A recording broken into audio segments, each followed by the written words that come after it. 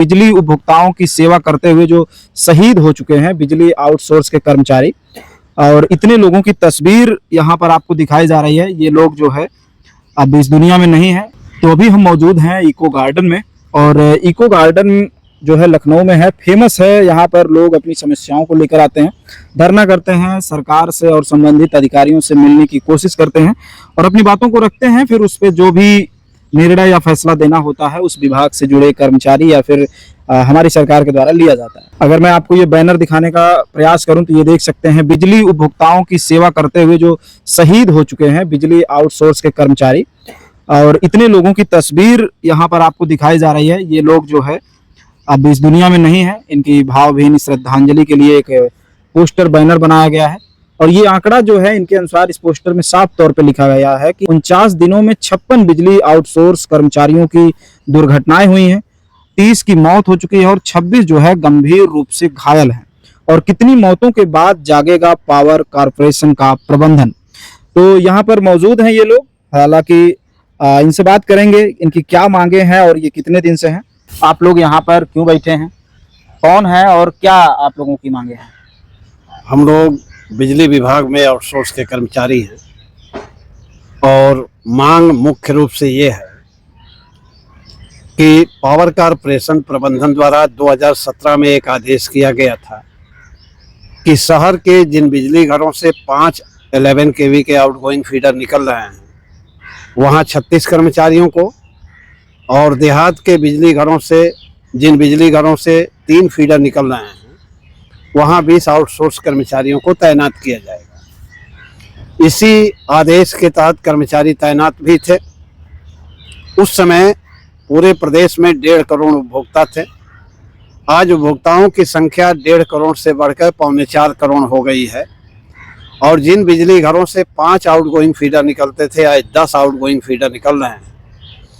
जिन बिजली घरों पर 2017 में 36 कर्मचारियों को रखने की बात हो रही, आदेश किया गया था, उन बिजली घरों पर अब 36 की जगह 18.5 कर्मचारी रखे जा रहे हैं। मतलब पदों की संख्या घटा दी गई है। 45% कर्मचारियों की कमी कर दी गई है, उनकी छटनी हो गई है।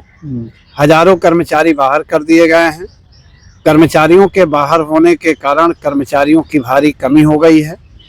कार्य की अधिकता और कर्मचारियों की कमी के कारण स्थानीय अधिकारियों द्वारा अकुशल कर्मचारियों से भी खंभे पर चढ़ा के लाइन का काम कराया जा रहा है, जिसके कारण इन बिजली आउटसोर्स कर्मचारियों की बड़े पैमाने पर मृत्यु हो रही है। तो एक मिनट हम आपको रोकना चाहेंगे। ये जितने भी कर्मचारियों की मृत्यु हुई है जी, तो इनके पास संसाधन नहीं थे या फिर किस वजह से इनकी मृत्यु हो गई?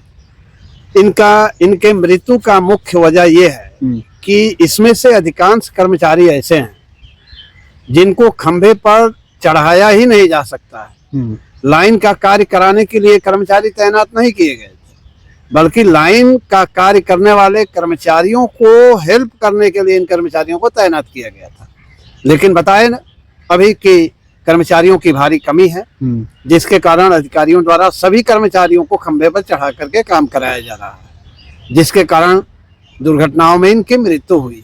ये वर्कलोड की वजह से ऐसा हो रहा है। प्रेशर था और जिनका जो काम नहीं था उनसे भी कराया गया, आपका कहने का मतलब? जी बिल्कुल बिल्कुल। मतलब उनको खंभे पे चढ़ने का अनुभव नहीं था, वो अनस्किल्ड थे, अकुशल कर्मचारी थे। हाँ। लेकिन कार्य के वजह से अधिकारियों के दबाव में ये कर्मचारी आज भी चढ़ रहे हैं। हाँ। केवल यही नहीं है, आज भी आप जाएंगे तो अधिकांश जगह पर अकुशल कर्मचारी ही चढ़ करके काम कर रहे होंगे, क्योंकि कर्मचारियों की भारी कमी है और उपभोक्ताओं की शिकायतें दिन प्रतिदिन बढ़ती जा रही है।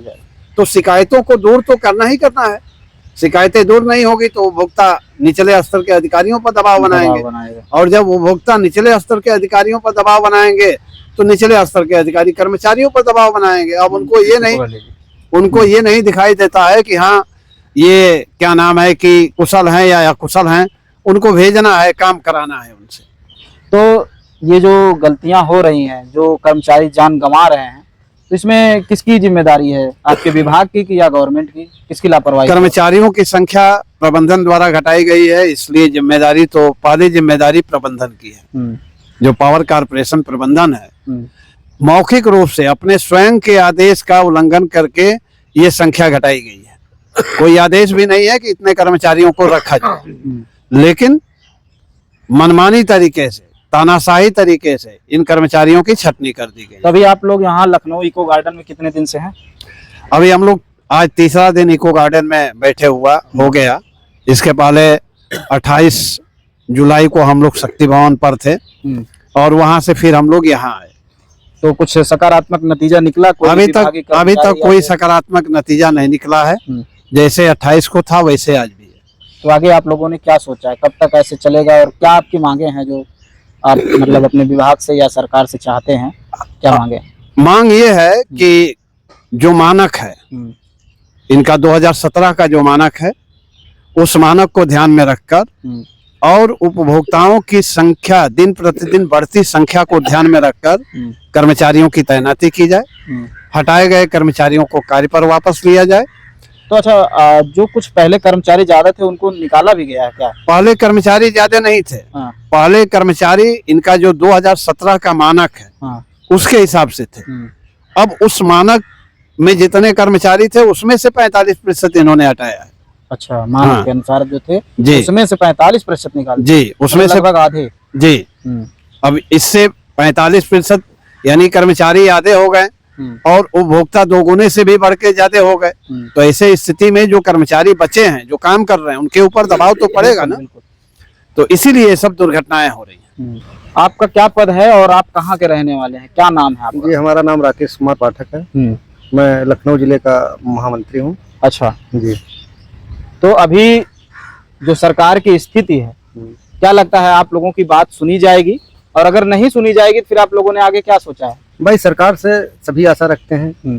भाई, हम प्रदेश के नागरिक हैं तो आशा तो सरकार से रखेंगे कि सरकार हमारी बातों को सुने और अपील भी करेंगे कि जहाँ तक है लोगों की मौतें हो रही हैं तो उस पर ध्यान दिया जाए। अगर मान लीजिए विभाग का कोई व्यक्ति, सीनियर पर्सन यहाँ पर नहीं आता है या आपकी बात सरकार तक नहीं पहुँचती है, तो यहाँ इको गार्डन में कब तक रहने की रणनीति है? या फिर आप लोग चले जाएंगे या फिर अपनी संख्या बढ़ाएंगे या फिर और दिन तक रुकेंगे? ऐसा कुछ क्या रणनीति? नहीं, आगे की रणनीति अभी तय नहीं हुई, आपस में तय किया जाएगा। जहाँ तक है बड़ा आंदोलन भी किया जा सकता है प्रदेश स्तरीय, जो ऊर्जा मंत्री के यहाँ भी हम लोग उनका घेराव कर सकते हैं। तो कभी ऊर्जा मंत्री से आप लोग मिले नहीं? नहीं, कई बार मुलाकात हुई है। उनके अनुसार कई बार आदेश भी दिए गए हैं कि मतलब कर्मचारियों की संख्या बढ़ाई जाए और वेतन भी बढ़ाई जाए। दोनों आदेश ऊर्जा मंत्री कर चुके हैं, लेकिन उसका पालन पावर कॉर्पोरेशन नहीं कर रहा है। नहीं कर रहा जी। मतलब आपका प्रबंध तंत्र ही आपके साथ धोखा कर रहा है। धोखा कर रहा है। जी। सरकार चाहती है कि संख्या बढ़ाया जाए, वेतन बढ़ाया जाए। ऊर्जा मंत्री ने आदेश किया है इस पर कि मतलब मंत्री जी की बात प्रबंध तंत्र कैसे नहीं मान रहा? मंत्री जी से बड़ा हो गया। अब ये तो मतलब प्रबंध तंत्र जाने। जी बताइए। हमारा नाम सियाराम है। ये बिजली विभाग के अंदर आए जितनी मौतें हो रही हैं, ये आए, पहली बात है जो है हेल्पर से काम कराया जाता है। फिर जब से ये कंपनी आ गई है, कंपनी ये ऑल टोटल पैसा लेकर के रख रहे हेल्पर, लाइनमैन का काम ले रहे हैं। तो ऐसे मौत के सौदागर यही लोग हैं। सबसे बड़े ऊर्जा मंत्री की बात नहीं मानता चेयरमैन ना एमडी, ऊर्जा मंत्री की बात नहीं मानते हैं। ऊर्जा मंत्री को समझते मेरी जेब में है। ये जो है चेयरमैन साहब, ऊर्जा मंत्री कहेंगे कि ये काम कर देना, आदेश करेंगे, लेकिन आदेश का पालन नहीं करते। कहीं भी आप किसी बिजली घर पे चले जाइए, आप देखिए जाकर के कितने कर्मचारी हैं, किसी का हाथ जल गया, किसी का पैर जल गया है, लोग काम नहीं कर पा रहे हैं। तनख्वाह भी काट लेते हैं। जो कंपनी भर्ती करते थे 1,50,000 रुपए लेकर के ये सब बांट लेते हैं, सबको मिलता है। नीचे नौकरी लगने में भी पैसा लेते हैं। और का कंपनी पैसा लेती है 50,000 1,00,000 लेकर के रखेंगे और फिर उसके बाद उन्हें चढ़ा देंगे, मर जाएंगे। तो जैसे ये जितने भी लोग मर गए, इस दुनिया में नहीं है या जो घायल हैं, तो आपकी कंपनी जो है वो कुछ इनकी आर्थिक मदद करती है? नहीं, कुछ मदद नहीं करती। अपने पास से पैसा लगाएं या हम लोग धरना प्रदर्शन करें, तब उसके बाद इनको आए इलाज पिलाज होता है का वो भी मरे का पैसा भी खा जाते हैं। मतलब मृत्यु दुर्घटना बीमा ऐसा कुछ भी होता 10 लाख का होता है। तो इनको मिला कुछ कि नहीं? जिनकी मृत्यु, कुछ लोगों को प्रयास करके मिला, अभी सब लोगों को नहीं मिल पाया। जब हम लोग आए धरना प्रदर्शन करते हैं, इनके इलाज के लिए लेटते हैं तो कुछ मिलता है, और नहीं गए तो आए, उनका पैसा आ गया, पैसा खा गए सब लोग। इतनी भ्रष्टाचार हो रही है तो मतलब मुख्यमंत्री योगी आदित्यनाथ जी कहते हैं कि जीरो टॉलरेंस वाली सरकार है हमारी उत्तर प्रदेश। ये तो सर, आप लोग मतलब मंत्री जी से भी मिल चुके, जो क्या नाम है ऊर्जा मंत्री हाँ ए.के. शर्मा जी, वो भी लगभग घूमते रहते हैं प्रदेश में, कहते हैं कि सब कुछ सही है, बिजली व्यवस्था सही है। पूरी तो फिर ये कैसे मतलब इतना भ्रष्टाचार? पूरे यहाँ जो जाते हैं ये सरकार की छवि खराब कर रहे हैं। जितने हमारे बिजली विभाग के अधिकारी हैं सरकार की छवि खराब करते हैं और इनका काम है किसी तरह सरकार की छवि खराब हो। इसीलिए हमारी बात आए लोग मानते नहीं, हमारे संगठन की बात नहीं मानते हैं, क्योंकि इनका काम ही है कि आए पैसा आए, कंपनी इन 10 हटाए 10 भरे, उनका पैसा ले, सबको मिल जाए। अच्छा ठीक है, आप लोगों की ये बात तो पहुंचेगी, उससे थोड़ा सा एक मैं और बात आप लोगों से करना चाहूंगा, भैया को दे दीजिए। जैसे आप लोग फील्ड में जाते हैं गांव में, तो गांव के लोगों का लगभग ये शिकायत रहता है, आप लोग कर्मचारी हैं तो इसलिए मैं ये बात रख रहा हूँ बिजली विभाग के, कि उनका आए दिन जो है मीटर ज्यादा बताता है या बिल ज्यादा आ जाता है। ऐसा मतलब ये क्यों हो रहा है? आप लोगों के सामने ये समस्या आती होगी जब आप मीटर रीडिंग करते जाते होंगे, तो इसका जिम्मेदार कौन है? और अगर ये एक्स्ट्रा बिल जो आ रहा है, जो जनता शिकायत करती है, ये क्यों होता है? देखिए, एक्स्ट्रा बिल ज्यादा आने का मतलब ये है कि मीटर में कोई गड़बड़ी होगी। ऐसे में जो भी उपभोक्ता हैं वो अपने अधिकारियों के संपर्क में आए।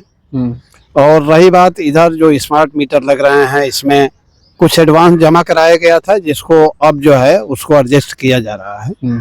तो जो भी शिकायतें हैं इस प्रकार की, वो स्थानीय स्तर पर संपर्क करने से वो दूर हो जाती है।